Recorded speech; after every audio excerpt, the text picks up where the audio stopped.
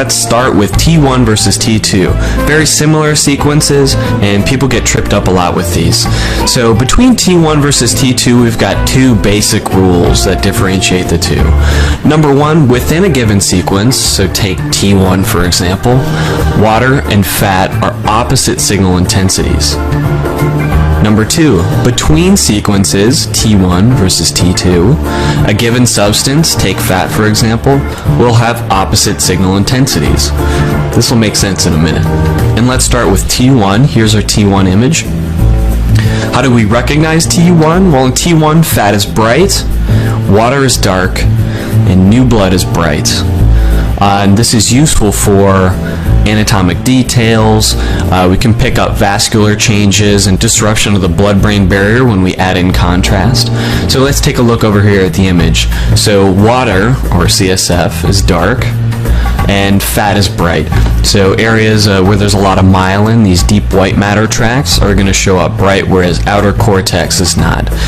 This isn't the best image to demonstrate this, but you'll see the differences when we move on to T2. So let's pull up our T2 image. How do we recognize it? Well, everything is flipped. So now fat is dark. These highly myelinated areas here, which are fat, are dark. Water is bright, so look at our CSF right here in the ventricles. It's pretty bright. But flow is dark, and this is called flow void. So where there's fluid moving at a high velocity, so take a blood vessel for example, it's going to be dark, and that's important to remember. What is this sequence useful for? Again, anatomic details. I think T2 is probably a little bit better than T1, especially our CSF spaces here. Yeah, it's useful at picking up most lesions kind of in general.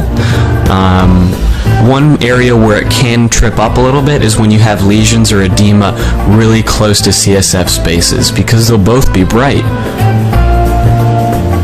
Okay, so let's compare these two. We've got T1 here and T2. So fat is bright on T1, fat is dark on T2. CSF is dark on T1, bright on T2. Got it? Alright, let's move on to FLAIR, which stands for Fluid Attenuation Inversion Recovery. Sounds confusing, but that'll make sense in a minute. So here's our FLAIR image. I like to think of FLAIR as basically a T2 image, but the CSF spaces are flipped back to being dark or hypo-intense.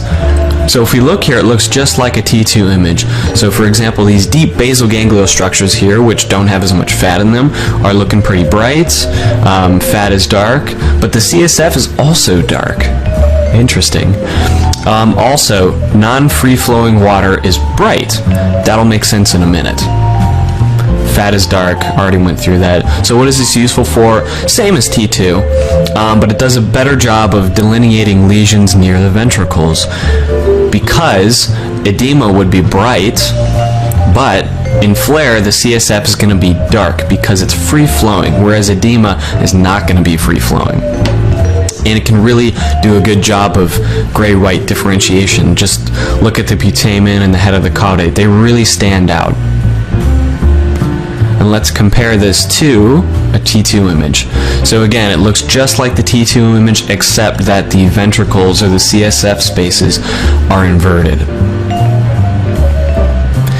Okay, so here's an example of where FLAIR can do a better job of delineating lesions near the ventricles. So we've got our T2 image here. We've got something causing edema, and it comes right up against the ventricle here, and it's really tough to tell whether or not this is the ventricle, or is it completely obliterated to the edema. It's really hard to tell. But if we compare to FLAIR, we can see nice delineation here between the area of edema and the actual ventricle. Moving on to GRE, or gradient echo. You'll also hear about this referred to as susceptibility weighted imaging, or T2 star. And technically these are different sequences, but for the purposes of our talk, we're just going to consider them all as one. So here's our GRE image, and how do we recognize it? Metals are dark.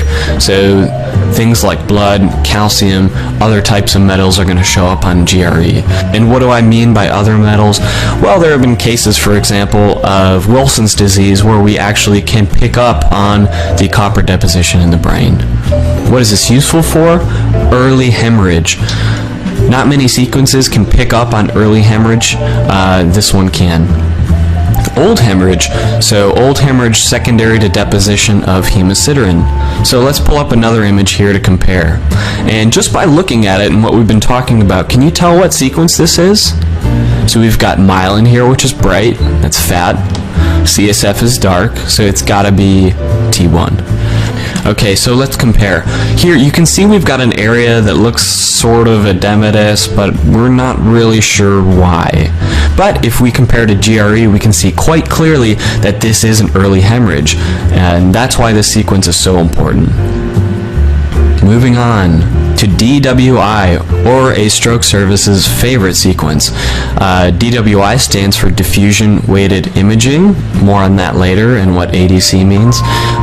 DWI is hugely important because it is the only sequence that can pick up on early ischemia due to an ischemic stroke. Another very important thing about DWI is it's a sequence that can be performed very, very quickly, whereas many other MRI sequences can be quite slow. So how do we recognize it? Fluid restriction is bright, which stands for cytotoxic edema. So right here we have some bright signal. And what do I mean when we're talking about fluid restriction and diffusion? Well, DWI is basically measuring the Brownian motion of water molecules, and it's helpful to think of only the water molecules in the extracellular space. So what happens when we have an area of ischemia, the cells in that affected area are going to start swelling. That's cytotoxic edema. And what happens because of the swelling, the extracellular space starts to shrink, and that gives our theoretical water molecules diffusing around in that space less space to move around. And so we would say they're restricted.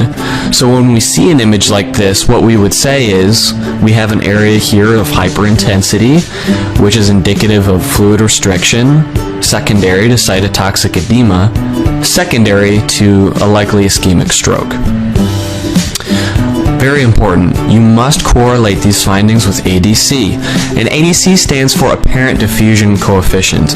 And the way I like to think about DWI images is as if they were a stack of pancakes.